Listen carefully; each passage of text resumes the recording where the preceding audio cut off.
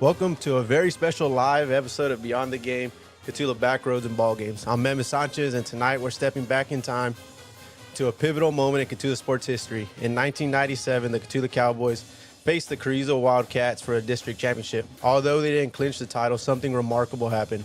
That season ended a playoff drought that had lasted nearly 4 decades. And here we have the proof of it. Difficulties this season, the Cotulla Cowboys are another story. They're going to make the playoffs for the first time in 40 years. The players are focused, and they say they'll be ready. The Cotulla Cowboys haven't made the playoffs for 40 years. Back then, 10 cents bought you a loaf of bread, and gasoline prices were, well, affordable. The economy was strong in '57, but wait a minute, we just put the clocks back an hour. Perhaps Friday, the Cowboys can put the clocks back 40 years. That was just a little snippet of a local news channel back in '97, capturing the excitement and the significance of the game. Tonight, not only will we dive into the stories behind that season, but we will also watch some moments from the highlight film, including some player introductions that brought everyone to their feet. Let's start off with those player introductions so we can remind the guys. Or let's start with the coaches, actually, because we actually have Mr. Coach Jones joining us today, too. So real quick, we'll play this for them. Hello, I'm Benny Bueno. Oh. Coach and AD of the Cotulla Cowboys, 1997 playoff team. And I would like to introduce to you the coaching staff and the Cowboys. I'm Glenn Davis, defensive coordinator of the Fighting Cotulla Cowboys. I'm Coach Martinez. I coach the offensive receivers. Coach Ramirez, I'm head 7th grade football coach and athletic trainer. Booker, offensive line coach, special team coordinator.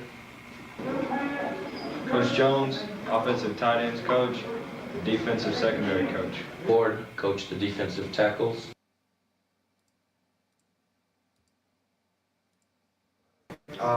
I got all district return, first team, second team receivers. Dano Garcia, junior number 81, tight end, and outside linebacker. Kris Alvarado, number 12, outside linebacker, senior. Alex Garcia, number 60, junior, starting offensive tackle, honorable mention, offensive line. My name is Robert Sanchez. I'm senior. My number is number 75. My position is offensive guard and defensive tackle. I got first string defensive tackle and first string all district lineman. Cowboys, I'm a senior. I'm number 21. My position is a receiver, quarterback. My honors, I got all district return, first team, second team receiver, second team corner. All right, so let's start by being the heroes of that season. Joining us today are Jando Garcia, Bob Sanchez, Dano Garcia, and Coach Craig Jones. Each played a crucial role in that historic run. As we talk, we'll show clips from their showcase and their skills and the spirit of that team. Let's introduce these guys. How's it going, fellas? What's going on, man? Hello. How long had it been since you've seen those player introductions? Oh, shoot, man. It's been a long time. A long time, for sure. So seeing those moments, does it kind of take you back into time? Do you remember what the energy felt like that season? I mean, yeah, I remember, man. It was just new to everybody. Like, we hadn't had that kind of success in a long time, at least since we were, in high school and stuff. And it was cool, man. I mean, I remember, the bus rides out of town and, the signs people would put down the road and all that stuff was just a lot of fun. What offer you, Hondo? Yeah, touching on that too was, seeing the community response, the winning team was, amazing. Just the support we had going into every game. People just following the bus, going to the out-of-town games. It was amazing. Coach Jones? Well, for me, I was just getting back into coaching because I had taken a year off while I was there when Pat Ward came in, some of the things I wasn't agreeing with him, so I took a year off. And then when Coach Bueno came in, he asked me if I wanted to coach again. I said sure, and so I came in. That was my first year and back, and with the first group that was there, but before them, they set the foundation for success, and this group took it to the next level, going to the playoffs. And it was just what I remember of that season. The biggest thing that I remember is there. It was just one of the smoothest seasons ever. It's just like everybody knew their job. They did what they needed to do. There was no drama. It was just go out and play football, and there was no major injuries during the year, and you had contributions from seniors all the way down to freshmen, and it was just something that just seemed to be natural for that year, and so it was just something that was special for me. It was probably one of the easiest coaching years for me while I was there, because everybody did their job and everybody worked hard. Were there any expectations going into that season? Well, I think there was always an expectation of always wanting to, make the playoffs. But it hadn't been brought to my attention how long it had been since they'd made the playoffs. But I know that the previous groups that I'd worked with, we, after the first year, we started having success. And then, the 94, 95 or 95, 96 group had a lot of success. But at that time, if you didn't win district, then you weren't in the playoffs. And so when we went into that year, I believe that was one of the first years that if you would be able to take two teams into the playoffs. And so that gave an opportunity for more than just one good team in the district to make it in the playoffs, and you didn't have to have a perfect season. And I didn't know that. This team be close to having a perfect season. It was it was just something that seemed to be very special from the beginning to the end. That's when we had you still had old-fashioned two-a-days where you worked hard in the morning, you went had a break, and you came back and you worked hard in the afternoon. Yeah, and it's funny that they're kind of getting away from that because it's too hot. Crazy. Absolutely. Yeah. And the other thing that comes to mind when I saw those introductions were. But I think that's one thing that.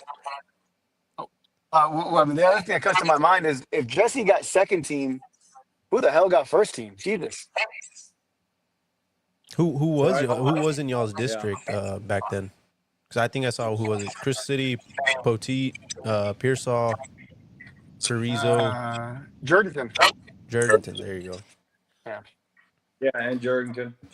Had that been the district for a while? Because I hear whenever my dad talks about it, he always talks about Medina Valley. Oh, they were in it. Oh wow. Yeah, by that time I think they'd probably moved up to 4A or something like that. Yeah, it always been the district, since I started playing ball, 7th grade, 8th grade year. But I think some of those schools, obviously their population got a little bigger. I think they were still probably their population was larger than ours. So we were always kind of the smaller school.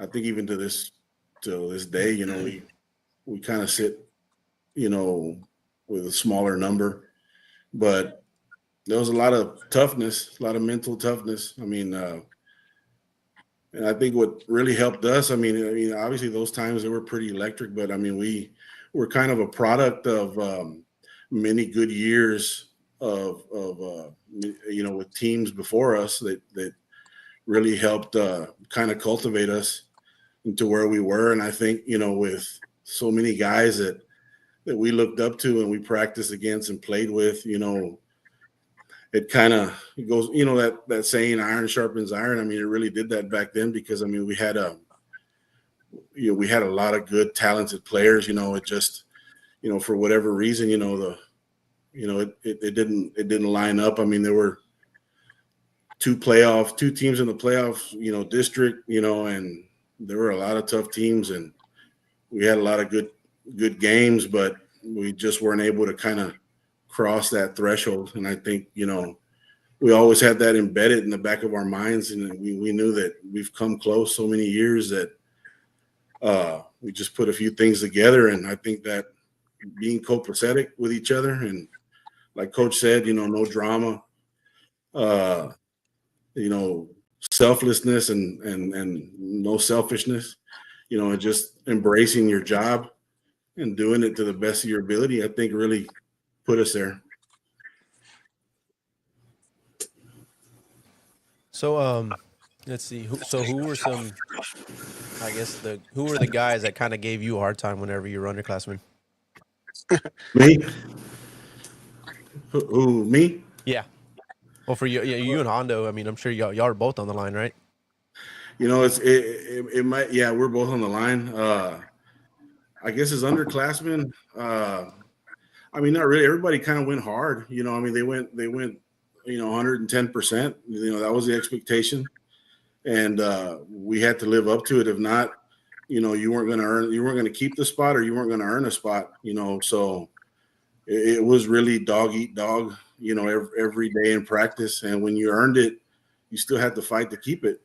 So there were no handouts. And I think more than anything, you might find this hard to believe, because we're close. We're relatives, but Mark really was we competed against each other harder than I competed against anybody, because he was my my family. We weren't going to let each other, get one up on each other. So, I mean, that actually, it made us better. Yeah, for and sure. That kind of transferred over, I think, into the rest of the line. We had Big Mike at center, very technical guy, very smart, technical football player. And me and Mark on the right side, Hondo and Mike Rodriguez on the left. I mean, it was a good package. It worked. What helped us a bunch was that, obviously in comparison to bigger schools, we didn't have a lot of size as far as height, but there was a lot of strength and speed, and we took advantage of that, and made it work for us. Would y'all be willing to say that you were the first Great Wall of Cotulla? Yeah, for sure, dude. Definitely. I mean, we did good. Yeah, whenever we did good. I mean, I know you watched the whole video, man. I mean, you saw some of the holes that Newfie got to run through, man. You could have drove a bus through those things, dude. So, and that was on both sides of the line, right and left. We just handled business when it came to it, man. That's what it was all about. And then I remember Bob and Mark and all this. It was always about O-line, man. Like, hey, come on, O-line, let's get it done. And I mean, that's what we did. We got it done, man. We made holes and blocked for Tony and created play, let them make plays. That's what our job was. And that's what we did. Yeah. Well, I think one thing that was always kind of preached, or not preached, but it was instilled in us from our coaches, like Coach Jones and a lot of the others, was you're gonna play. We're not playing any selfish football. I mean, you have a job. You're the idea is to do it to the best of your ability, 110%. But in turn, that opens opportunities for other players. The skill positions where we understood and we embraced the fact that these guys are the ones that are going to put points on the board, And I think we just kind of elevated our role because we embraced it instead of looking at it as it being something kind of plain and dull. We transformed it into something fun. You know, I mean, speed and power was we were all about, you know, and we knew that if we did our job, we were going to have success because we had pretty good skilled guys that took care of business. So yeah, pretty proud of that. Well, one of the things that stood out to me, and you can see it on the video, is kind of like what Bob said, is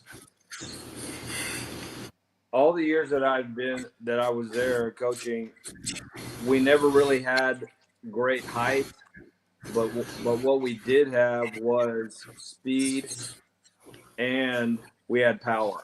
And if you look at the videos, both on the offensive side and the defensive side, and even special teams, I mean, people are swarming on the defense. I mean, whenever the ball was snapped, I mean, there was 5 or 6 guys on the tackle. It wasn't one guy making the tackle. It was 5 or 6 guys, and you can see that. And then on offense, you know, there was not people getting their block and then standing around looking what was going on. They were still following through with their blocks, or they were doing their job until the play was done with.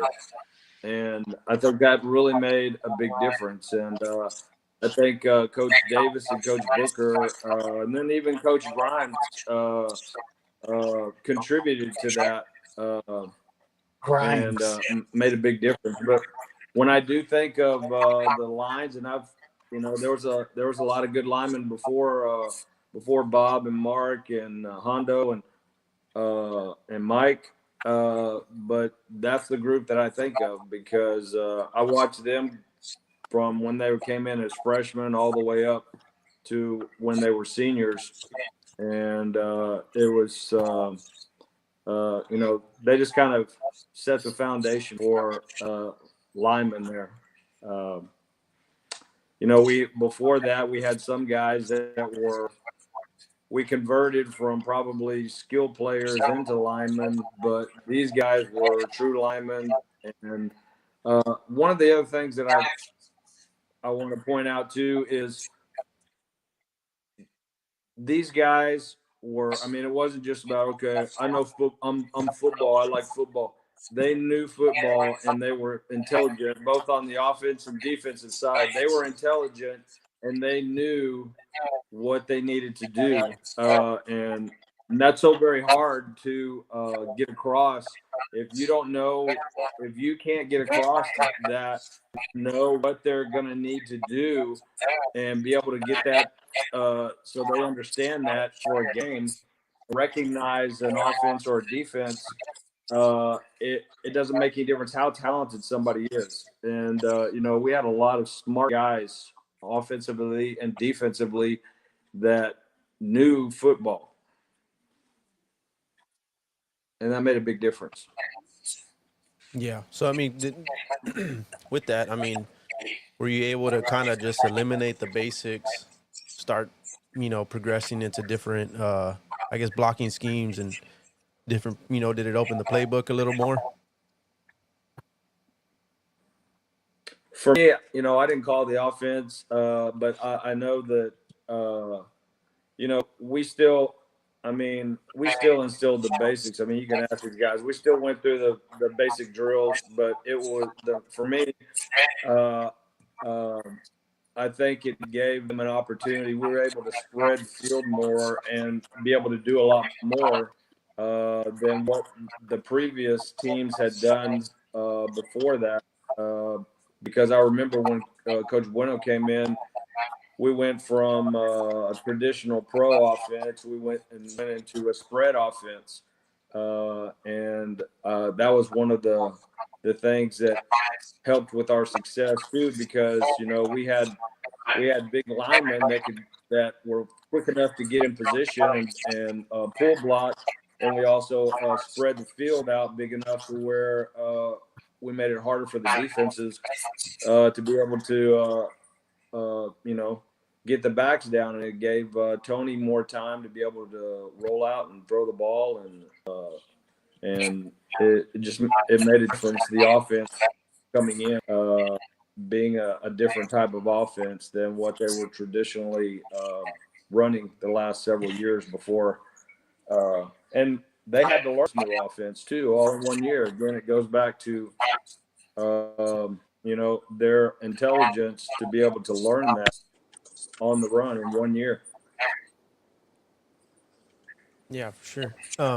We're talking about a lot of highlights. We actually got a couple clips from what I could, didn't want to put it all. So I don't know what it would do to the podcast. It might crash it. And for copyright reasons, we can't use that music. So let's see if we can run it. While we have it playing, let me start asking some questions. Hondo, was there a pivotal game, in the season or a particular play that you felt was a turning point in the season? Maybe like early on, a scrimmage or anything like that? So if I had to say a pivotal game, it was the first regular season game against Mathis. We lost that game, on the road. We played in Mathis. And I remember, Coach Jones and the other coaches telling us, like, we're not losing another game after this. And we went on a run up until the district championship, man. I mean, and didn't lose a game. And, it was them putting that in our head, that game, after that game, that, kind of drove us and pushed us over that hump to, like, just start winning games, man. And it came together, and we just gelled the rest of the season, up until the district championship. Was it a shocker to you that y'all lost to Mathis, or? Well, it was not a shocker. It was just more of an eye opener. That we needed to get our butts in gear. We were running a new offense. It was kind of new to us, and after that we just kind of clicked, man, and everything came together, and we all snapped as a team, and we had success throughout the rest of the season up until the district championship. But I mean, we just all gelled together. Everybody came together, and we succeeded, man. We worked harder in practice, to get this stuff down, and the new offense, and it just started working for us. And I mean, we just drove on through, until the end of the season. Yeah, for sure. I mean, you watch this highlight film. I mean, it was like y'all swarmed the ball in every single way. Kickoffs, punts, defense. Oh, yeah. People were hitting everybody. Who was number one?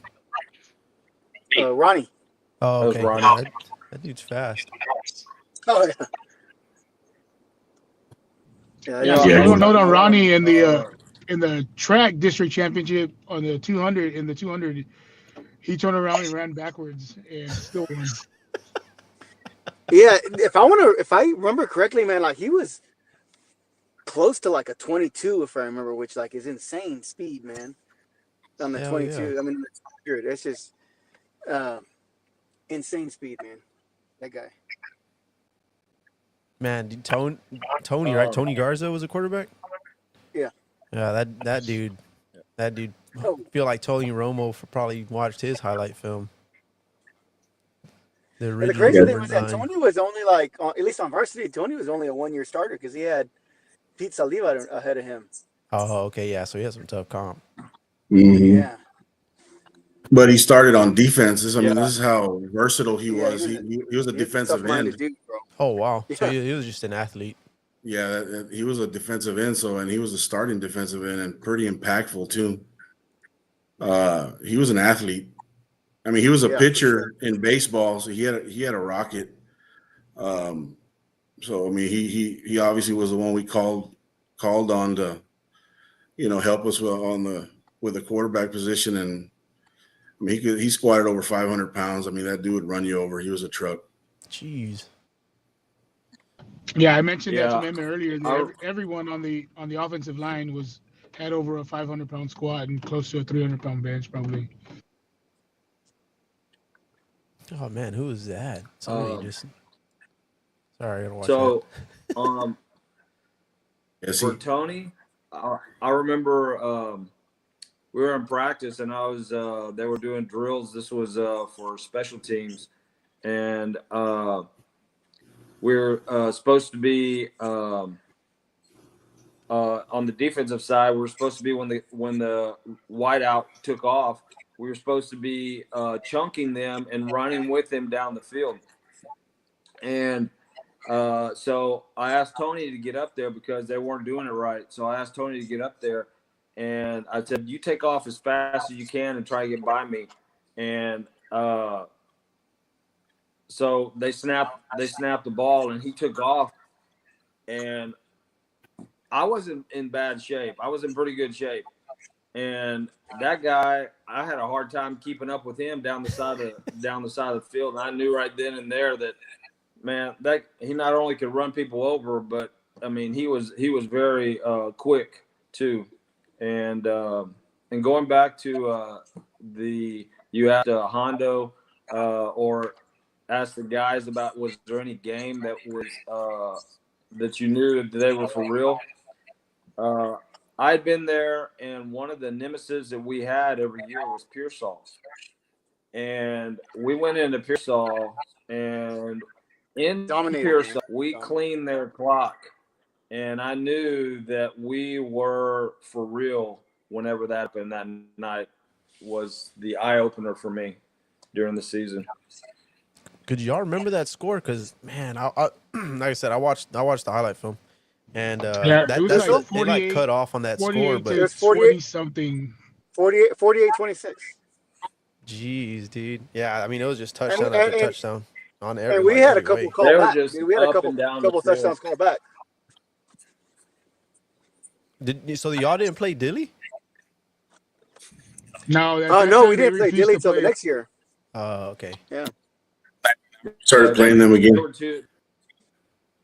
I got you. So the rivalry was put on hold for a bit, I guess. Mm-hmm. All right, Bo. So, as a senior on the team, how did you and the other seniors kind of foster the team spirit and, kind of get the team on the right road to success?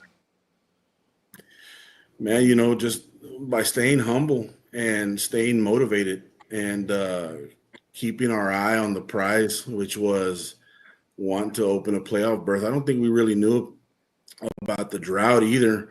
There wasn't a lot of research done on all of that. We just knew that, we had that desire to get there because we knew how close that we had gotten before with really good teams, and we just needed to kind of cross that threshold. And I think that, it would have been easy, I think, to kind of feel with a new offense coming in, a new AD, a new head coach, some of the same coaches that we've had, but kind of a new, new leadership from the top. It could have been easy to get discouraged, but I think that we really embraced the brotherhood aspect of the team, and it started with us. And it carried all the way down into our we had a freshman. I mean, Javi Saldiva was our freshman that played, and freshmen really didn't play varsity. It was rare that you saw sophomores, but we had some, and with the juniors and seniors. But I mean, I think the level of competition in practice was so intense that we really didn't have much of a difference in numbers than what we do now. But it was a battle every day in practice, and you knew that you can get beat out, if you just changed your mindset, so everything was intense, from the workouts, the lifting workout, to conditioning. And a lot of us we only had probably about 30 men on the roster. So I think that, a lot of us played Ironman, which, I know they still do now. But it was to play at that pace, and you got to give it up to the coaches too. They still found ways to get good, healthy rotations in to get us a breather. But it was intense, man. But I think as a senior, I think a lot of us, if not all of us, just embraced the role of being the older ones and the leaders. and we were just all the humility was very impressive because we just nobody had a chip on their shoulder. We were just all here. We all embraced the brotherhood aspect of it and all kind of came together. You know, that word brotherhood, you know, whenever it's been brought up, you know, in the previous episodes that we had the 2006, you know, the state semifinal team. We had the baseball team, the only baseball team that has won district up until now. And that word, to me, it's very significant because you have to have a brotherhood. That's kind of the importance that we've brought up, you know, in those two episodes. And to hear you say it, it just goes to show, you know, if you want to find success, you have to, you know, treat each other like brothers. You got to hold each other accountable.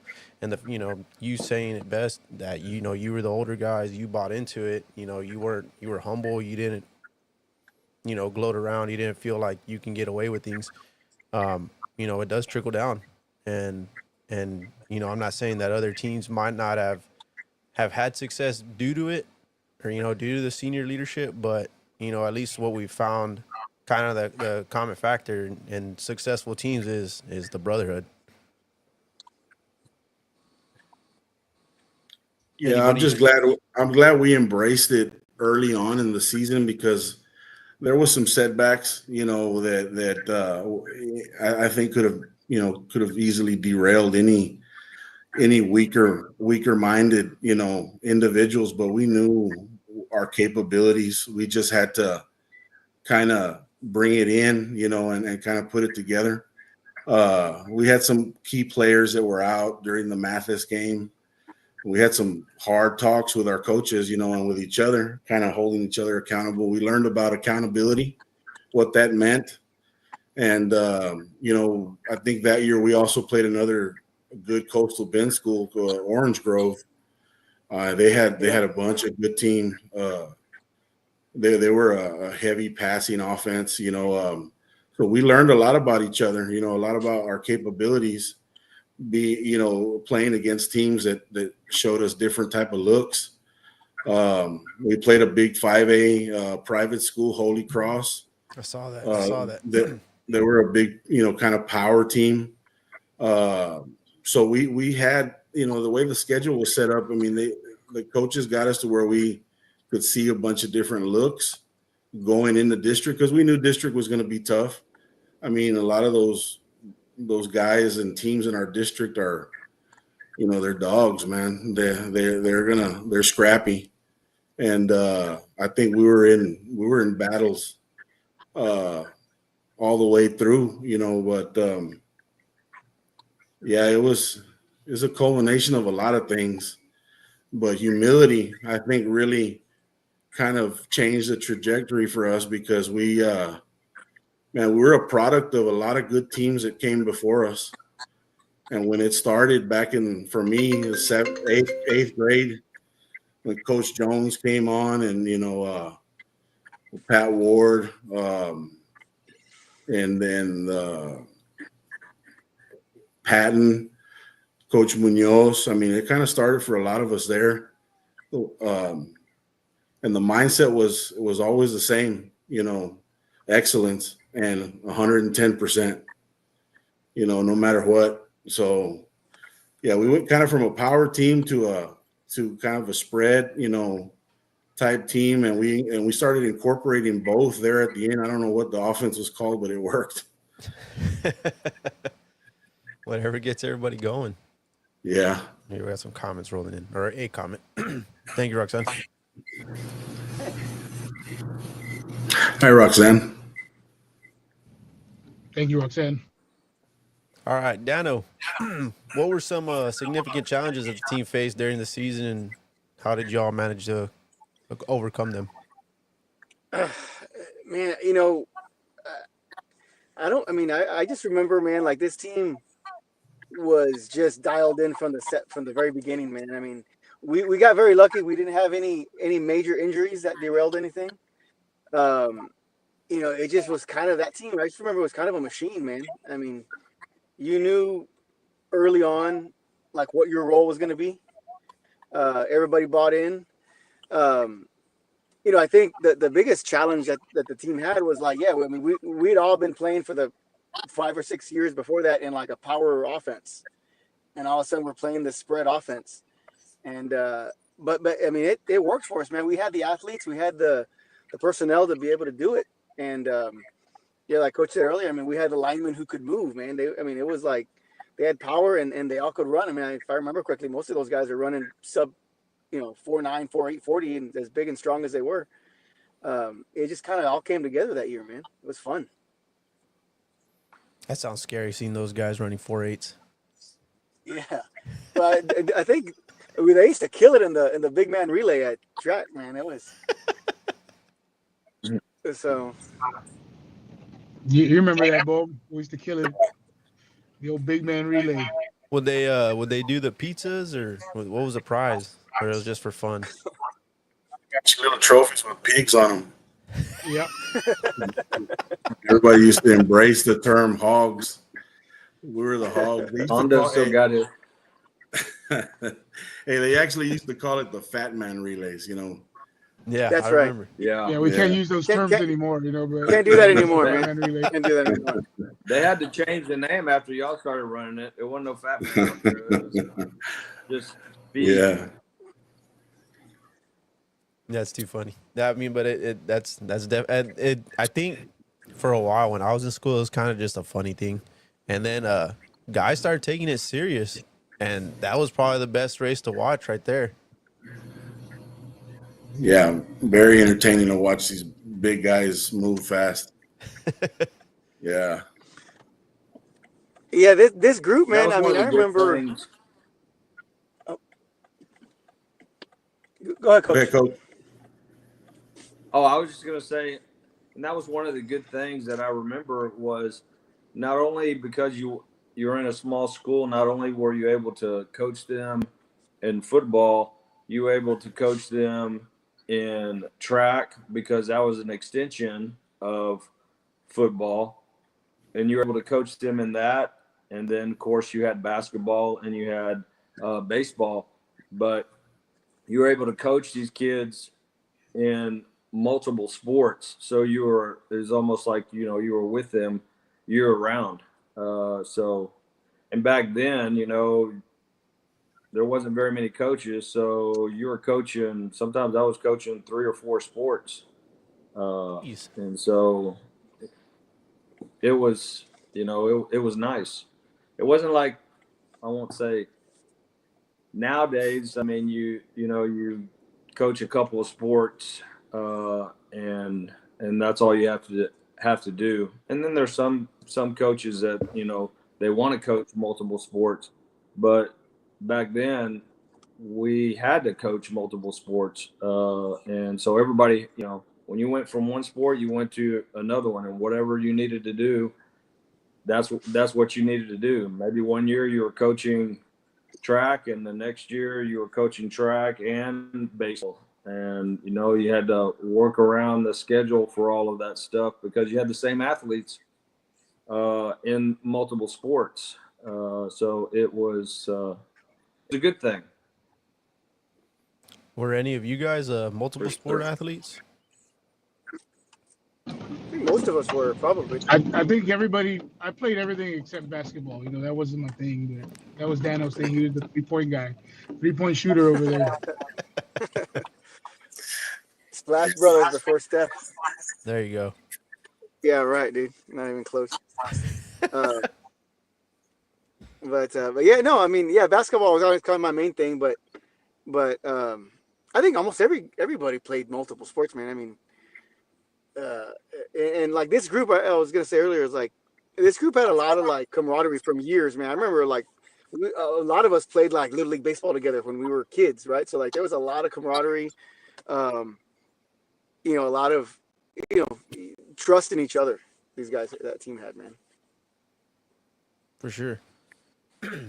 Coach Jones, was there any, I guess, mental preparation more than physical that you had to kind of get these guys ready for?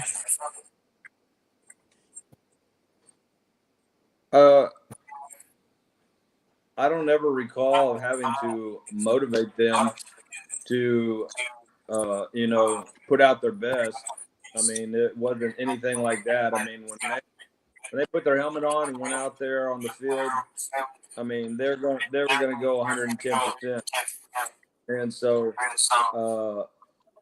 there wasn't anything that stood out to me for that year.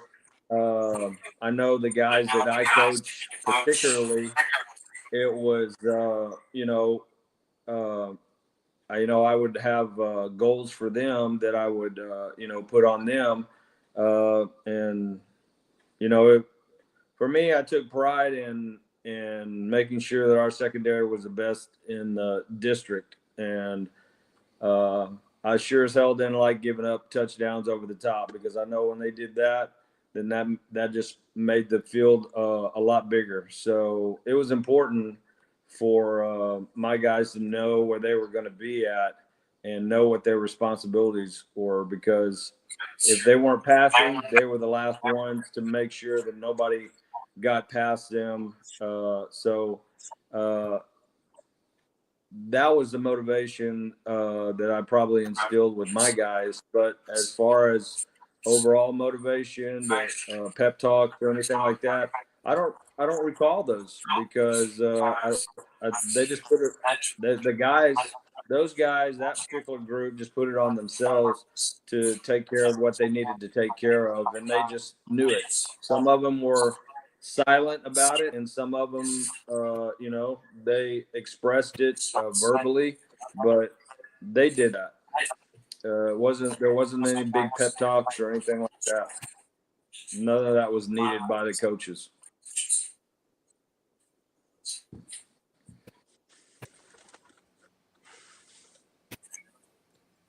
What about let's see. So you coach what were you coaching on offense, coach?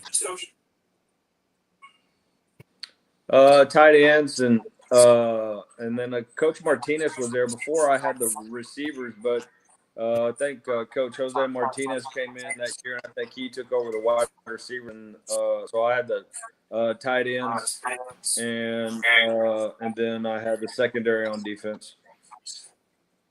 Okay. Was there any standout players for your secondary? Oh yeah. I mean, who was your lockdown? You have Jesse, you have Ronnie, and somebody that we haven't even mentioned yet, and he was a starter for me, because while he wasn't, and this is not an insult, this is I'm being you know, this is respect for him. He wasn't a standout athlete, but he did what he was supposed to do, and he was always where he needed to be. As one of those gentlemen was Fidel Yanez, and he was a starter at corner for me. And you know, those were my, I guess, main three guys. You know, really didn't. You had to be careful about being able to sub people in, because, you know, you had Ronnie and Jesse going both ways. So it was important to be able to sub those people in. So you had, you know, I had some youngsters out there at that time, were youngsters, Blondie, and then had Eric Delgado were also there. And I don't know how much Javi played in the secondary or not, but I do remember Eric and Orlando for sure. You know, one thing I saw helping out. They were sophomores at that time. And then Kris also too. Kris Alvarado or Garcia? Kris Garcia. Kris Garcia. Okay. Yeah, I saw. You know, one thing I took from the highlight was you know, your secondary could tackle. They didn't miss very many, and they weren't afraid to get in the mix. That's true. That is true. Hey, man, I know earlier I mentioned my mom keeping the video in pristine condition. I just wanted to share a little bit of history with y'all. She kept a scrapbook as well with all the newspaper clippings from all the games. Nice, dude. That's awesome. So yeah, I have that available too. You can post some pictures up from that. That's neat. For sure. That's awesome. So now that you're on the topic of your mom, obviously a big supporter. What role did the community play, throughout that season? Were the stands? Was it something that were the stands always packed? I guess the question. Oh yeah. Oh yeah, I know. I mentioned earlier, like the support we had, man, when we started, winning games and getting towards that goal of getting to the playoffs, and maybe a district championship at that time, right? Was the thought, man. I mean, you saw those stands packed, and that was the old wooden stands. It wasn't the aluminum ones. So yeah, those things used to scare me. Surprised they made it that long. Yes, ma'am, Priscilla. That's exactly what we're talking about. Yeah, I mean, you guys remember? I remember when we came out of the locker room in Carrizo. I mean, and the stands are packed, and there's people like standing around the track all the way around the field. And I remember thinking, like, holy crap, dude! Like, this is insane. I mean, that was crazy. And then, if you guys remember on the bus ride over there was like a truck that was like cutting us off and weaving around us. Yeah, dragging a mannequin cowboy ride or something like that. I remember that. Yeah, it was like it was insane, dude. Would you have to keep your helmets on before and after the bus ride? Oh yeah. Oh, no. Yeah, especially when we played Bracketville. Yeah, Bracketville. So Bracketville is another story. They scheduled us for their homecoming. Oh. They thought it was going to be a walk in the park, and we went over there and just handled business, and they were not too happy about that. Yeah, I remember going when we got to halftime, and we couldn't go in the locker room because like it smelled like gas in there. Holy smokes! Somebody had opened something, and they wouldn't let us in. They had to go in there. I'm sure people wouldn't check, but we had to have like our halftime talk like outside the building. They wouldn't let us in. That's crazy. It's crazy because I guess it's funny because like I don't think any of us ever experienced any of that. We never experienced seeing where people started rocking the bus and throwing rocks at buses or eggs or trash talk or. I mean, I think maybe a little bit of trash talk, but nothing crazy, nothing like that where we couldn't go into a locker room. I think it calmed down, which kind of got boring. But y'all lived through a fun part of football. These people were serious. They were lined up on the street as we were leaving. Yeah. And kind of a funny note, what's kind of crazy is that we started playing Bracketville again. We played them this year, and their stadium looks the same. They haven't changed hardly anything there. I think saw it. Yeah, no track, no nothing. They used to have some goat pins behind the visitor bleachers, and I think they're still there. They that keep place the is tradition. Crazy, man. That's too funny, man. That place is crazy. But yeah, it was fun. What was Carrizo the most hostile stadium to go to? Yeah, Crystal City was pretty intense, but I think Carrizo was. Yeah, they were. Pearsall was tough too. Their fans were a little tough to deal with also. What's going to sound crazy is that Jordanton was probably the more, I guess, composed group of fans, which is funny the way, things change, right? But I mean, they're pretty intense. I'm not saying that they misbehave, but they're pretty intense now. But Carrizo was definitely pretty rowdy. Were there ever any police escorts? Man, we didn't have a lot of cops. I mean, we had a few, and maybe we had one coach, one deputy, maybe the sheriff. It was Chapel. I don't remember. He was probably just as terrified, being the loner.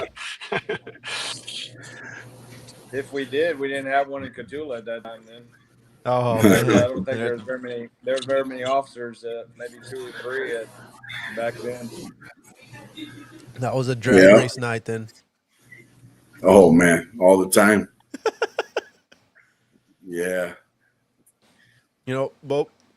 Sorry. Reflecting on that season, how has being part of a historic team impacted your life after high school, or just after high school? I think it's probably impacted my life more as as I've aged. As I've seen what if I, by actually seeing the fruits of what I feel like we laid then, kind of grow and transpire, through kids, because it's easy to kind of overlook,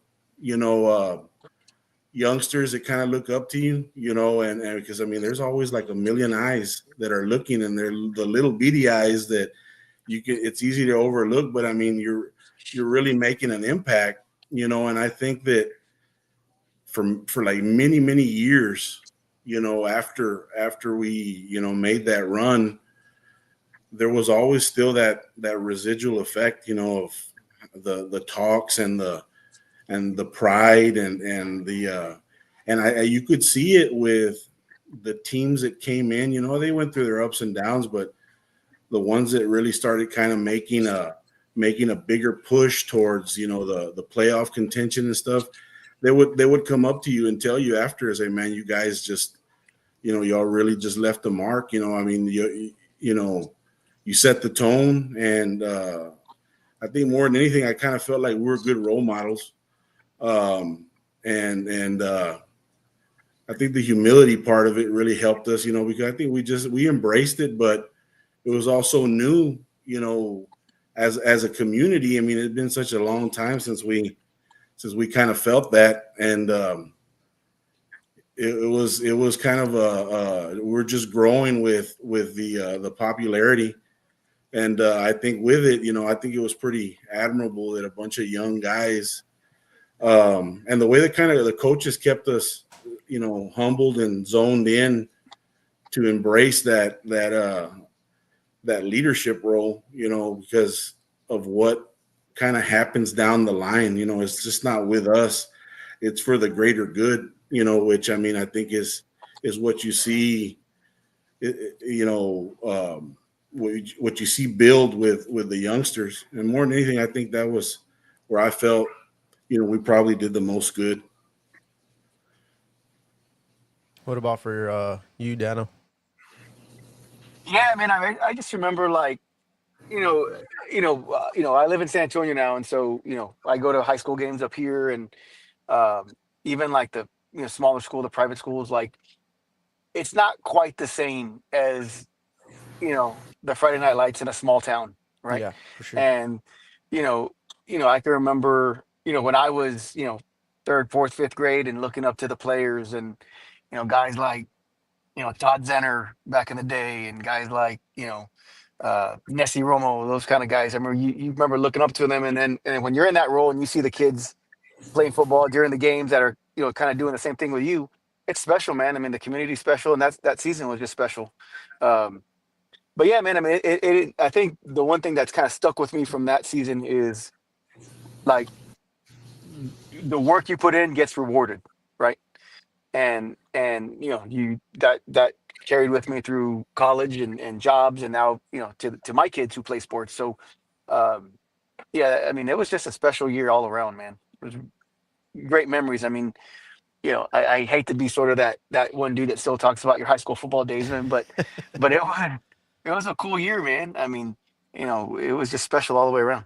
No, there's nothing wrong with reliving it, especially when it's something like that. A 40-year drought. Yeah. And it's crazy when you think about it, man. That was what, 28 years ago? Holy, that's insane, bro. Yeah, y'all are old. Don't remind us, dude. What about you, Hondo? Yeah, like Bob and Dano said, it was a special year, and and the way it impacted my life is, put, like Dano said, put forth the effort, and you rewarded with, by doing so. So, I've taken that, in life, and I instill that in my son now and my daughter, and the more work we put in, some hard work to be able to achieve that goal, and that's what I try to do. Try to teach them, what you put in is what you're going to get out of it. So, yeah, I think just to sum it up, that's we we all worked hard and we were rewarded with a playoff berth that year. Yeah, for sure. Historical season. One thing I will say real quick, Meme, is that I think just to kind of touch on what everybody's saying, and I think that not only it being a historical season, and all the good things, the accolades that came with it, but the standard that was set, we felt at the time, obviously it was just for us, to live up to that standard, and obviously it was set by our coaches and by the teams that came before us, and I think that, hard work, that work ethic, that mental toughness, physical toughness, and the ability to really buy in to not only a dream, but, to a reality that's attainable. When we started seeing the fruits of our labor, we started to realize, hey, this is attainable. And everything that we kind of learned and all the tools that we've been given, we just needed to sharpen things up to kind of get better as the weeks progress. But, I was told once, and I really bought into it, call it being naive or, ignorance is bliss or whatever, but I bought into the whole idea of, you need to work your hardest when nobody's watching, that way you kind of set the standard for yourself, and it kind of carries over into your life and your, everything that happens for you there on out day to day, and I think we honestly all bought into it. It's not just the brotherhood aspect of it, but the buy-in part, and I just think we had a lot of great mentors as coaches, and we had a lot of the guys that played before us that we all had good friendships with them, and we always, that was a brotherhood mentorship with a lot of the older guys that weren't playing anymore, so it's a culmination of a lot of things, but I really think that more than anything, it's just the buy-in really helped. Hey, Coach, what do you remember about one of the things I've always wondered about is how did we end up having to play that playoff game in Goliad versus like a neutral site? We flipped for home field. I think what happened was they were a first seed, didn't agree on a neutral site, and so. Mm-hmm. So they went ahead and just did a coin flip of playing home and home, and so we unfortunately lost out on that and ended up playing them at home. So man, that's tough. It was cool though. We got to ride in the charter bus. That was awesome. Yeah. That was awesome. Jando, are there any memorable off the field moments from 1997 that you can share with us? I think off the field probably be, the bonfire, when they allowed that to happen back in the day. So, yeah, that was a good bonding moment for the guys, the whole team. Just really in general, the whole homecoming week, right, was, all of us hanging out and, gathering wood for that big bonfire. It was that was a good bonding moment for all the guys. How about you, Bob? Man, just every day, socializing with each other. We didn't have the gadgets, where they were just starting to come out, all the old school stuff, and it was all about, meeting up, hanging out, having fun, and I think that's where a lot of the camaraderie was built, the brotherhood was built off of the socializing, with each other, not only in school, because you're limited in school, you have class and you got things, but it was the social settings were really nice, and they were fun, very memorable, a lot of joking around, a lot of just, I just felt like it was a very loose, free, kind of atmosphere, What about And you, when Dano? Sorry. and when the athletes, kind of when they behave themselves and they followed the rules, everybody else kind of fell in line too. So if not, we were expected to kind of help with the keeping things kind of in check. So it all goes back to the accountability. It was a standard that was set for all of us, and we all had to live by it. And we believed it. Yeah, well, I was gonna have to say when you said you had a good time and messed around, not during practice. I could tell you, I was there was no joking around, and y'all know that from the years that I was there. There was no joking around, and for me, it was very serious because you, as everybody knows, the football is a violent sport, and in the back of my mind, when we were out there on the field, whether it's practice or in a game, my responsibility for me was to make sure that these guys were safe and doing what they needed to do their way. And so there was no playing around at practice. And if there was, I'd have to be an ass because I didn't want anybody getting hurt. And Absolutely. But after practice and water breaks and stuff like that, there was good conversations with the guys and everything like that. But when that whistle blew and it was time for practice, there was no messing around. There was no time for that, for sure. Hey, and I want to touch base on the water breaks. Our immune systems were great. Because we drank water straight out of a PVC pipe with holes drilled in it, right? So, we built the immune systems up real good. Oh, man. Jesus Christ. Well, we made sure there was enough holes for everybody that was out there. Finally, later on, they started coming out with the cups with ice, but at first it was like a bunch of cattle at a water trough. Oh, man. And it was hot, dude. It was hot water. Yeah. Good old Cotulla water. Yeah. Oh, yeah. Oh, well. Man, Yeah, do you those are guys the remember one of my favorite memories of that season is during homecoming, where we would have those big water balloon fights between the different classes, trying to sabotage each other's floats the night before the parade. Man, that was so much fun. So much fun. Yeah, it was. No, that's definitely what I was talking about. The kind of the cutting up and having fun. We knew that whenever we stepped on the field, it was all business. We had to. And getting back to what you were asking earlier, Meme, about all the neck rolls. You even saw neck rolls on the skill guys. I was like, man, well, we didn't have fancy helmets like they do now, so man, we needed all the padding we could get. Yeah, that dude, that's funny. The helmets now are ridiculous. Shoot, they're awesome. They are, but yeah. I mean, we thought they were good back then, but I mean, in comparison, I mean, now with the styrofoam.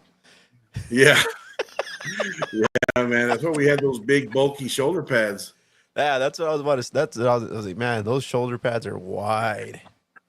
Yeah, wide. Here, I think. Did we get a name wrong? Maybe Fidel Alvarez. No. No, it was Fidel Yanez. Yanez from Ensenada. Oh, okay. He's from Ensenada. Fidel Yanez. He's the one that what was he? He was y'all's age, Hondo, or a little younger. He was a sophomore. He was a junior. He was a junior. Yeah. Number 8. Yeah, he graduated with Dano and I. Oh yeah. Fidel Yanez, his brother is Chato Baez, I think is his brother. Okay. Yeah, a little shout out, Mr. Jones from Miss Hoff. Oh. Wow. Alma doesn't remember eggs. I mean, water balloon. She said eggs. Yeah, it was eggs. There might have been some eggs in there. There might have been some eggs in there. Yeah. Horrible. Eggs always found their way into the homecoming. Wow, what a time. But going back to that, you remember the Also going back to like building friendships and all that. Remember painting the crashers, man? Like That was we had to make our own crashers. It wasn't a big blow up that we could run through. We had each class made their own for the pep rally, and then whoever won would get it used at the game on Friday. Yeah. You know what? I like the ribbons that they would make like for every game.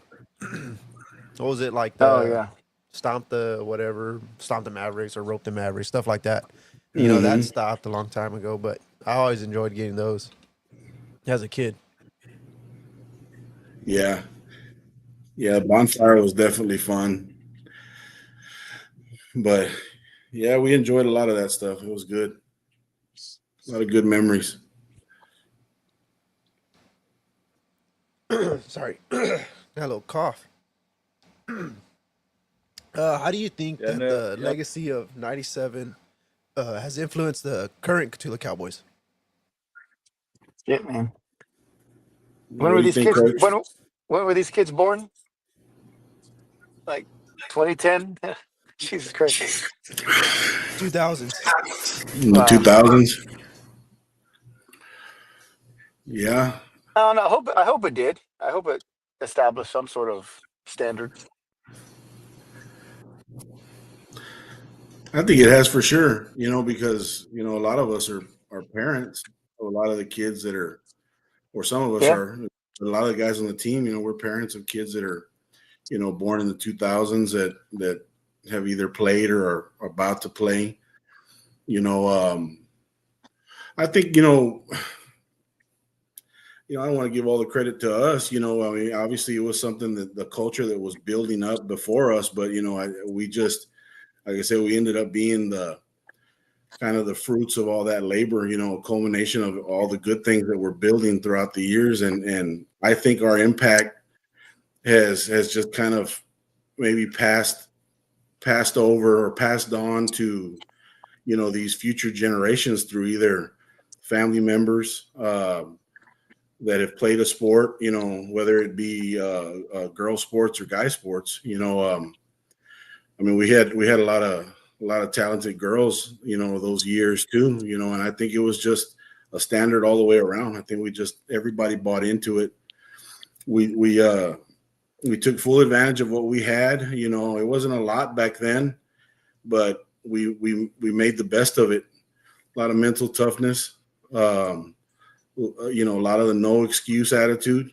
You're going to reap what you sow. And I think it's carried over through the generations. And it's hard to kind of really pinpoint how it happens, but I think it's just, it's what I guess what you call tradition.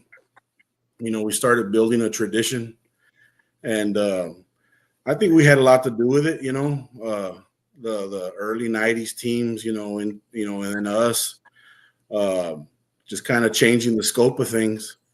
So many people that are, that are involved with the success. We were just the ones that went out there and we're the chess pieces, and we made the moves and got it done. But we had a lot of great coaches. We had good teachers, good administrators, and super good fans. We had, in my opinion, the best fans around.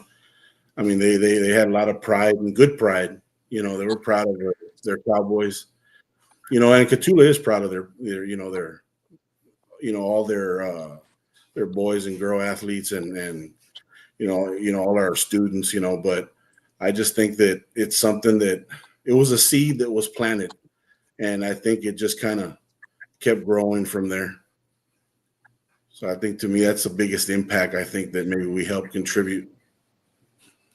Yeah, for sure. This was, I think that film, I remember seeing it in Coach Booker's office, I think my freshman year, going into my freshman year, whenever we had first moved to Cotulla. Coach Booker was real welcoming, and, he would always say, you want to hang out, you want to watch film, there's all these little tapes, watch what you want. And I stumbled upon it. And that's how I discovered the '97 highlight film and knew about the drought and all that. And funny enough, you know, I had always wanted to move to Cotulla because in Laredo you were kind of forced to just pick a fall sport and then a spring sport, and even at that, like you probably weren't guaranteed a spot because there might be kids that just do that year round. Either baseball or football, basketball, either way. So I've always wanted to move to Cotulla because everybody will talk about, oh yeah, well I played football, basketball, baseball, track. I'm like, God dang, like they allow that. And so when I got here, I watched the film. We go through, oh, what number do you want? And I was a big A&M fan, and there was a receiver over there. It was number 5, so I was like, I want number 5. And then I stumble upon that. I'm like, man, this Javi Saldivar kid, the last freshman that wore number 5. I was like, I want number 5 now. I was like, I want to try to live up to that, but it was tough. It was still. I was tiny. I was probably like a $110 soaking wet, so it was gonna be a lot tougher for me. But that's the impact that you had on me, and then me being I'm diehard Cotulla and everything in every way. Cowboys, Cowgirls. I always bring up the older teams to our Pee Wee kids. We always talk about setting the bar, and while 06 is always going to be kind of where everybody aims for, we have brought up, the 97, the the early 2000 teams, how big they were, and just the size that they used, and the competition that was in there in the, I guess, in the district, because I think whenever we moved to the 2A, we kind of all we did was just level the playing field. We weren't seeing 50 guys on the other side while we had 20, 25 maybe. It was tough for us. So, I'd say your impact, has reached out to probably a lot more people than you know. Oh, look, That's awesome. Look, we got somebody. You probably know this guy. Oh, yeah. Oh, this dude. I don't know, Johnny. We can all dream, I guess, right? I'm gonna have to start making some simulations. That team had some athletes, man. That team had some athletes. Props to those guys. They did have some athletes for sure. Yeah, they did. Johnny was a heck of a quarterback. That group helped things around right there and get things headed in the direction. And he was a big part of it. Johnny was, along with a lot of other guys. Victor, David, Charlie Soto. Nessie, was Charlie Soto in '94? Dog. Oh yeah, Charlie Soto. Yeah, for sure. Oh yeah, I've heard the story of Charlie Soto. Still over there coaching somewhere. I know he is.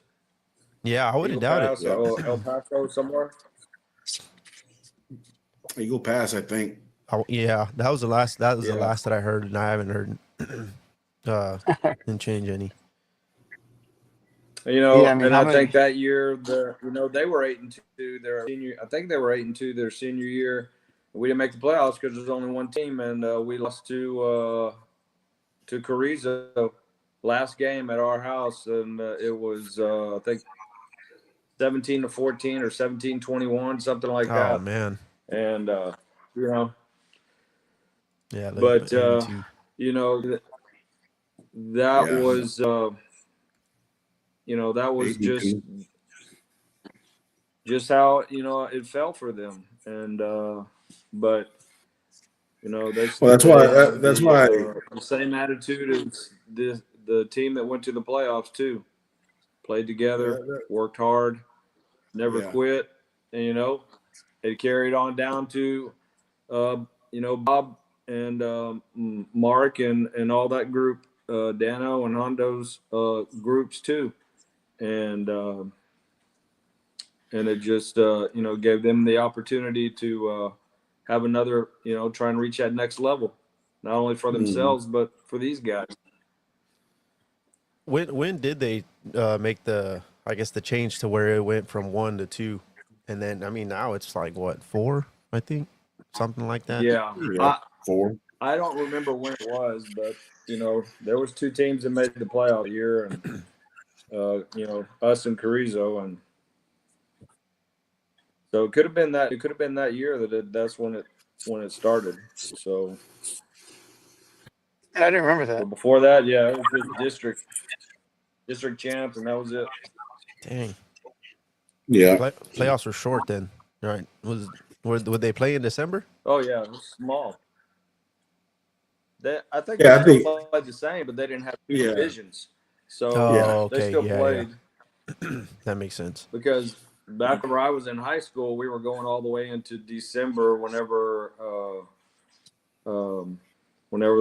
we would play. Because I remember their team, my high school team, playing on Thanksgiving, and playing that Thanksgiving weekend and everything like that, and that was just quarterfinals. Oh, wow. There was just more teams. Yeah. So state championships were during December, just like they are now. Mm-hmm. So December was still the goal. John. Yep. Now that Johnny's watching, I always wished I could have just faced Johnny in baseball. That'd probably be the only one I'd want to do. You didn't want that smoke. That guy had a can, dude. Take him yard, dude. I'd take him yard. Dead center. All right, guys. Here, lastly, what advice would you give to current Cotulla players that look up to you and similar teams that dream of their own playoff success?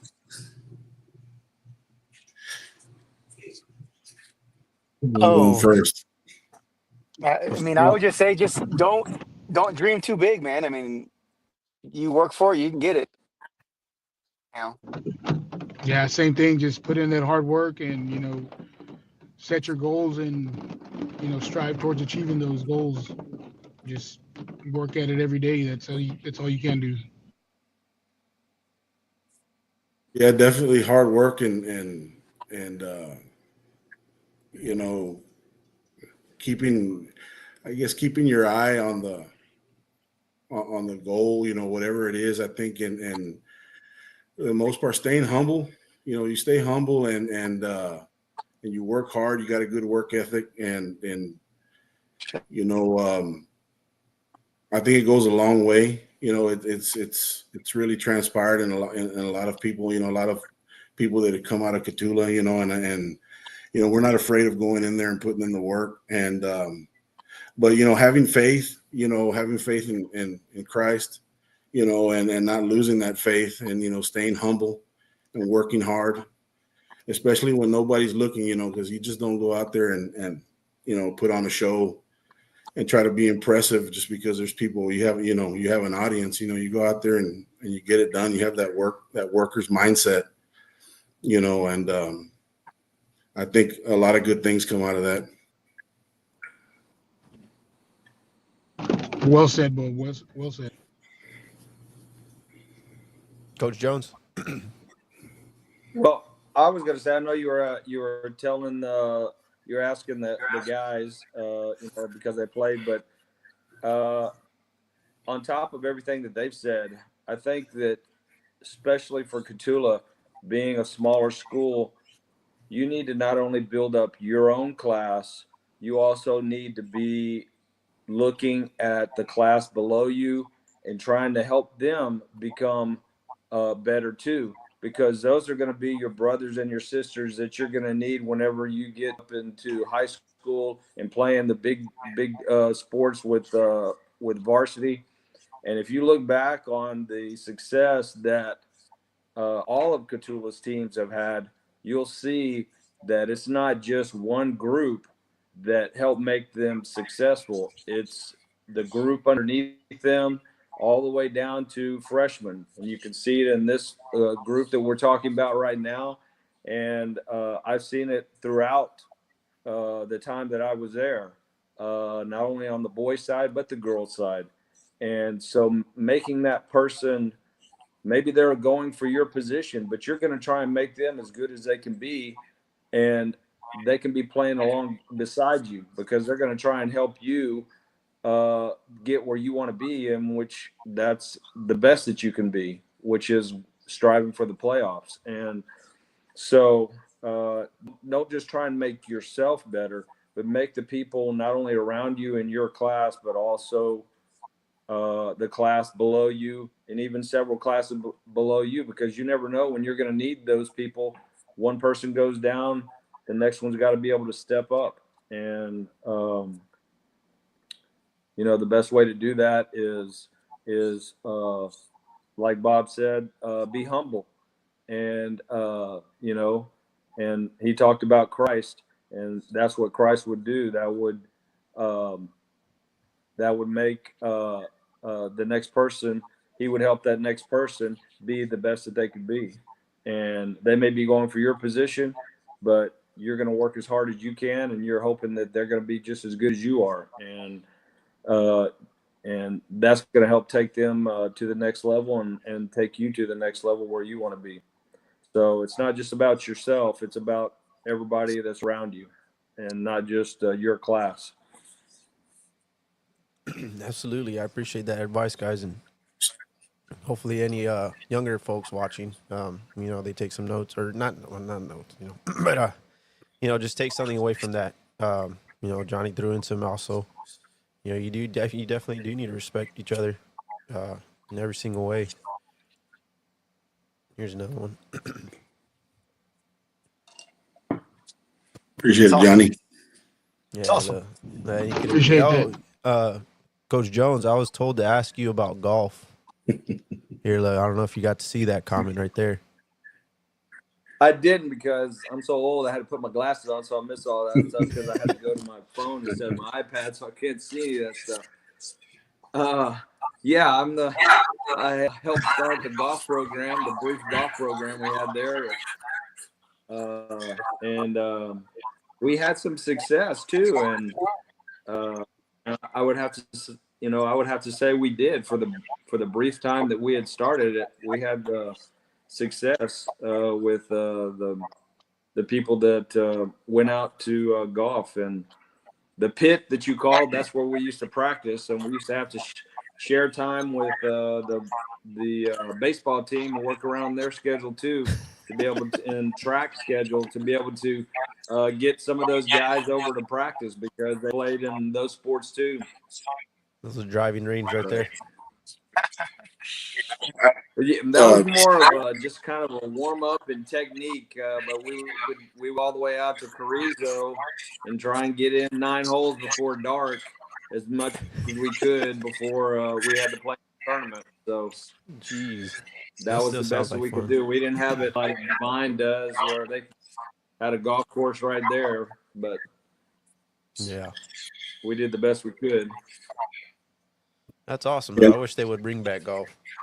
I think what Mrs. Hoff was kind of leading to was, the way we developed the winning attitudes were because we had coaches like you that were pretty intense, that, you were going to be fierce, in competition. And I guess had something to do with golf. I guess you play golf against somebody that you didn't like to lose to, or that you're highly competitive with, something like that. That's how I read it.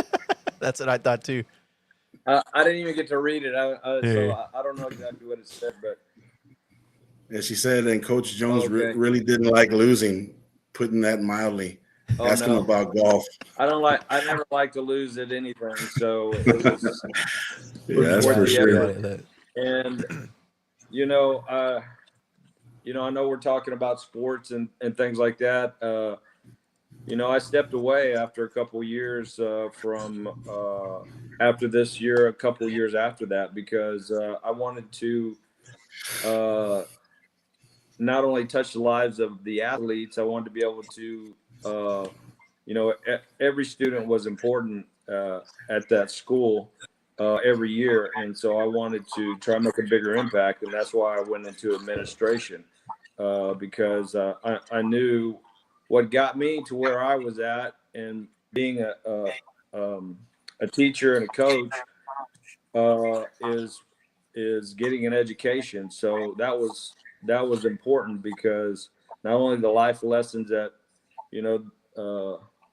the kids that were athletes learned while they were athletes, but they also having an education is one of the main things that's going to help be successful in life. And so I wanted to be able to try and help as many kids as I could, whether they're athletes or not. And so that's why I stepped away and pursued, administration, where I thought I could touch as many lives as possible in a positive way. And I don't know if I did or not, but it was something that was important to me. I know it probably took me 2, maybe 3 years before I would go to another football game after I stepped away, because it was just too hard for me. But I just felt like it was something that I needed to do that time. I think you did a heck of a job as an administrator. But you were just as intense as an administrator as you were a coach. Likewise, yeah, I agree with that. Man, I wouldn't have wanted to get in trouble with you as my principal. No, we got enough trouble with him as a coach. I wouldn't want to deal with it as the principal. Yeah, that's for sure. Y'all would have been doing bear crawls through the school. Yep, for sure. Yeah. And that's another thing that I didn't bring up is during that year, we didn't have any issues discipline-wise or anything with any of the boys during the season, and that made a big difference. It did help them do what they need to do in the classroom and not miss practice or not miss games because of disciplinary issues. And that goes back to what Bob was saying about being responsible and doing what they need to do, not only on the field, but, off the field. And that made it easier for the coaches too, because they could rely on those guys week in and week out because they weren't worried about them getting in trouble and things like that. So that was important too. Yeah, absolutely. Yeah. Oh, of course, Mom. That's why we do this. Take us back down memory lane. You know, appreciate it, Joseph. One day, hopefully, we can get y'all here on an episode. Got Miss Pena, Miss Annette. Oh wow! Oh wow! Thank you. That's awesome.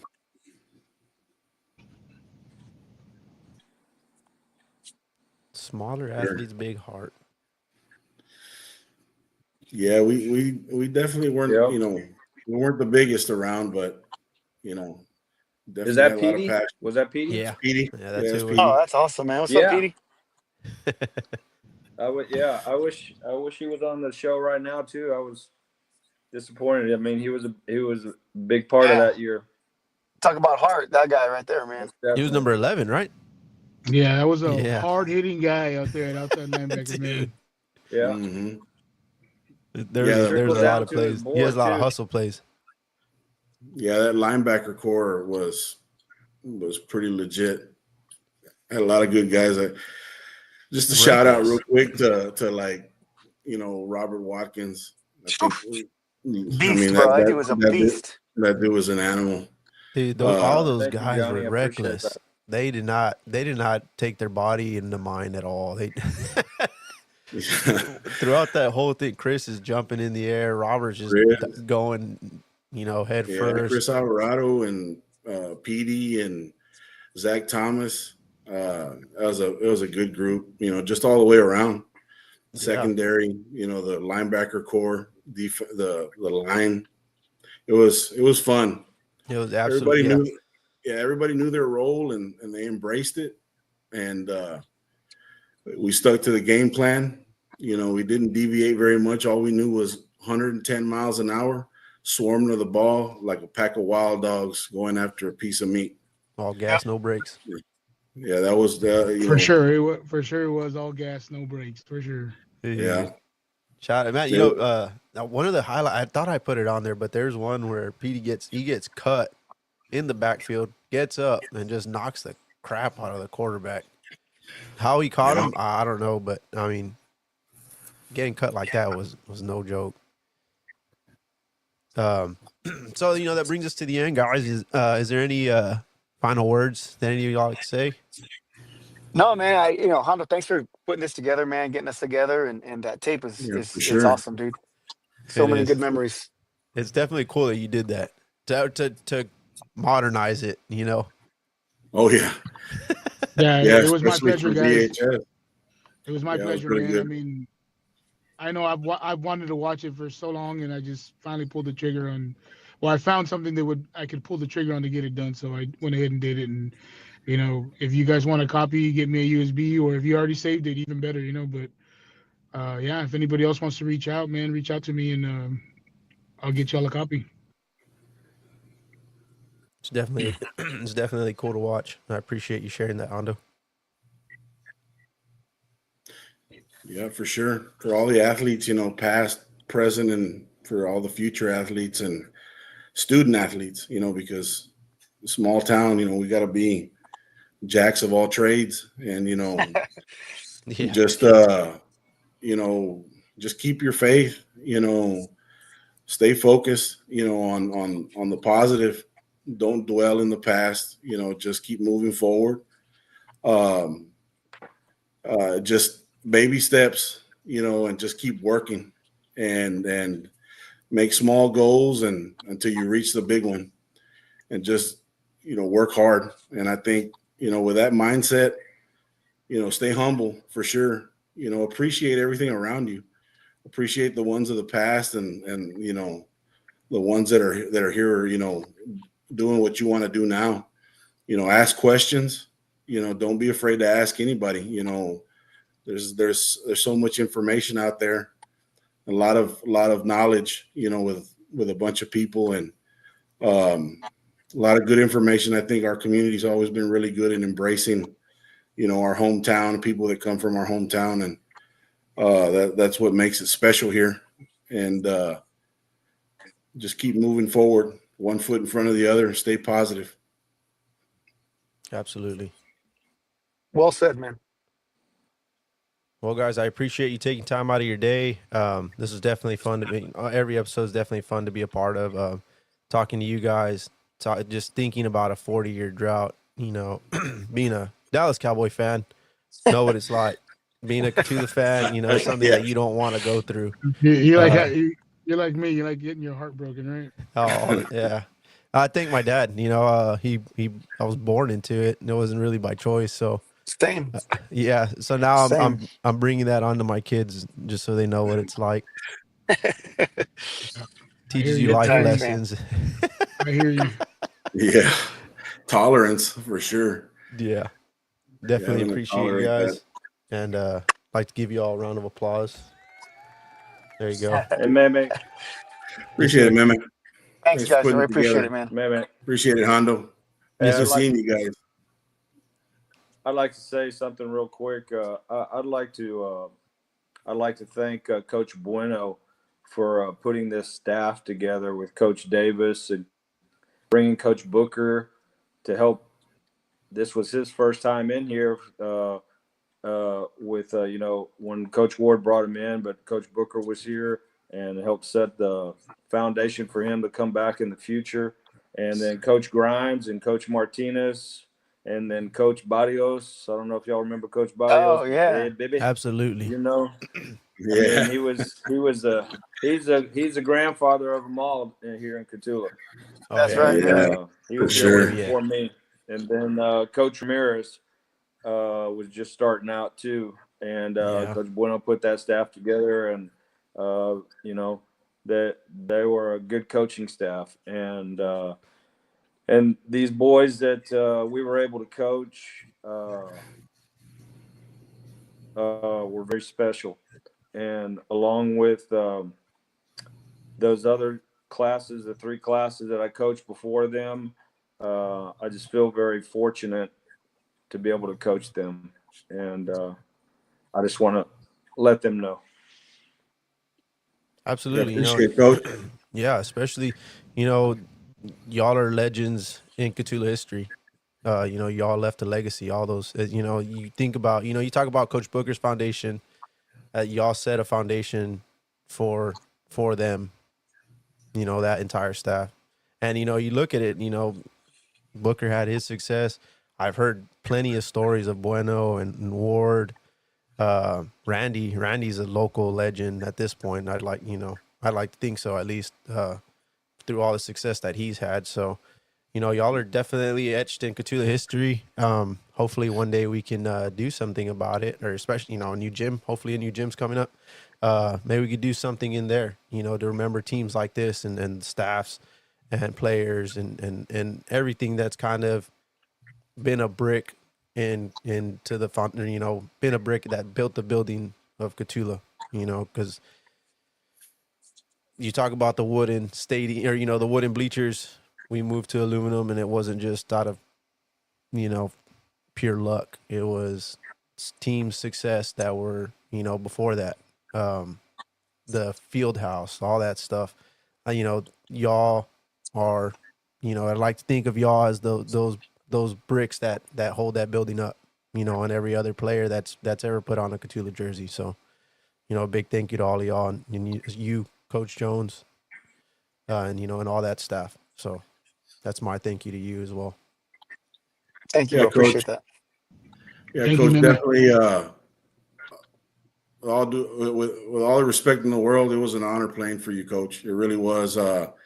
You and the coaching staff that we had. I mean, y'all were definitely pillars in how we set the foundation for that team, and I think it has carried over in the teams moving into the future, and I think that it's because of that standard and that belief in each other. And I think you had that intensity that you had and that passion and that no nonsense attitude, but yet you knew how to keep it light and have fun. And the mentorship that we got from you guys, I think it was so pivotal in the way we the direction that we all chose to take in our lives. So all respect to you, Coach. All respect, and it was an honor playing for you guys. It really was. Well, that really means a lot because you coach kids, but sometimes you never know what kind of impact you have on them, and I appreciate that very much. It really means a lot. Absolutely. Not to keep dragging it on, but I think ultimately, we're all here having this podcast, this conversation, because we try to do things in our life to make the right steps, to leave an impact, on the future. And I think, with Coach as starting off as a coach and then going into administration, and then, the kind of the foundation that set for every student athlete that he, himself and the others had an impact on. It kind of, it pretty much set the trajectory for all of us on where we are now, and I think that's just something that it carries over, and it moves from one generation to the next. So that's how we all have impacted ourselves, in each other. For me, since I'm a little older than Jando and Dano. For me, it was like the teams like Johnny was on, and Charlie Soto and Chuy Velasquez, Peter Saliva, O.T. Tejas, so many that we just, it was a genuine brotherhood and friendship, camaraderie, that I think it carries over and spills over from one generation to the next, and I think it'll continue as these future teams and student athletes continue their lives. Yes, sir. Well said, man. Oh, Yes, sir. absolutely, Well Miss said. Hoff. Absolutely. Y'all were fifth graders, man. Dude, now y'all are old men. Jeez.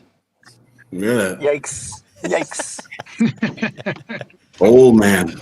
Here's another one. This one's out to all of you guys. Hey. Oh yeah. And last but not least. Appreciate that, Johnny. That's a gunslinger right there. That was like the Brett Favre of Cotulla. Him and Tony could go toe to toe. It'd be fun. For sure. He was a natural, man. He's a natural in every sport. Basketball. Then he picked up golf and he started beating me, and so I had to stop playing golf with him. I've heard about his golf game. It's dangerous. All the musical talent, all the instruments he could play. I mean, he just did it all. Yeah. Yeah. I wonder if he can write good. Johnny, do you write good too? That's usually where people struggle. See what he says. It's penmanship, right? He has to have something bad about him. If he says "are good," then you know he's not a very good writer. So make him hold up a sign or something, draw a sign, and just got it. We're gonna judge it. Yeah. Well, guys, I appreciate you. I'm gonna work on the outro, and if y'all ever want to gather up more people, more team, you just shoot me a message, and we'll make it happen. Just the same way we did today. Oh, okay. Yeah, I know you're right, Bad. There you go. Oh, he said it's good. Never mind. Not one bad thing about you, Johnny. Jeez. Yeah, no, it was a pleasure, man. Yeah, it was a pleasure, guys. Thank you. Good seeing all you guys, man. Awesome. Really we'll see you guys. Good seeing everybody. Take care. Be safe. I appreciate it. I appreciate Thank y'all for your time. You give me a call and invite me. I Yes, sir. appreciate this. Awesome. Hondo, the ultimate cowboy, around everybody up. 60, baby. Still coaching the Cowboys, right? And I'll be coaching tackle this next year. So yeah, there you go. He's gonna bring out his inner Coach Jones. Hondo's first year. Third year though, right? Third year total. Third year total, but tackle first year. So we'll see how that goes. Yeah, he's gonna bring out the whole playbook. All right, guys. Well, I'm fixing to go solo. Appreciate All you. right, guys. We'll see you guys. Everybody. Have a good night. All right, guys. See you guys. Coach. See you, Coach. Bye-bye. Bye. See y'all. Be careful. Guys. Later, guys.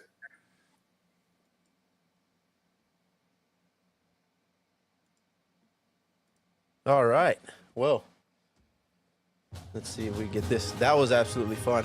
Tonight's been a journey back in a defining time for the Cotulla Cowboys. Thank you to our guests for sharing, their memories, their insights, messages, and a big shout out to our sponsors, JAC Supply and ADF Designs, for making this trip down memory lane possible, and for always supporting everything that goes on in Cotulla Sports Association, our CSA. We thank y'all. We thank people like y'all who are constantly supporting our kiddos and everything that has to do with them. Including this podcast is something that we started to journey out and let people know about the history of Cotulla and what makes everybody proud to be a Cotulla Cowboy and a Cotulla Cowgirl. So a big thank you to y'all and especially to our listeners. Without y'all, none of this is possible. I thank you for joining us and for reliving these unforgettable moments. Remember, in Cotulla, legends are made, stories are told, and the game never ends. Stay tuned for more episodes. We're working on a powerlifting. Our powerlifters had an amazing season. We definitely want to bring them on, get some insight, and celebrate their victories and personal goals, records. We have a state champ who finished his season successfully. So we're working on that. We're continuing to just explore the rich sports history and just any kind of history in Cotulla. So again, thank you, listeners. Thank you, everybody that watched, tuned in on Facebook, YouTube. We're bringing this actually to Spotify. If y'all have Spotify, our podcasts are there. If you ever want to just take a listen while you're in the car, I tend to try to upload it the day after. So if it works out, we'll have this by tomorrow. If not, for sure by Friday. So good night, everyone, and let's keep the Cotulla legacy alive. Thank you.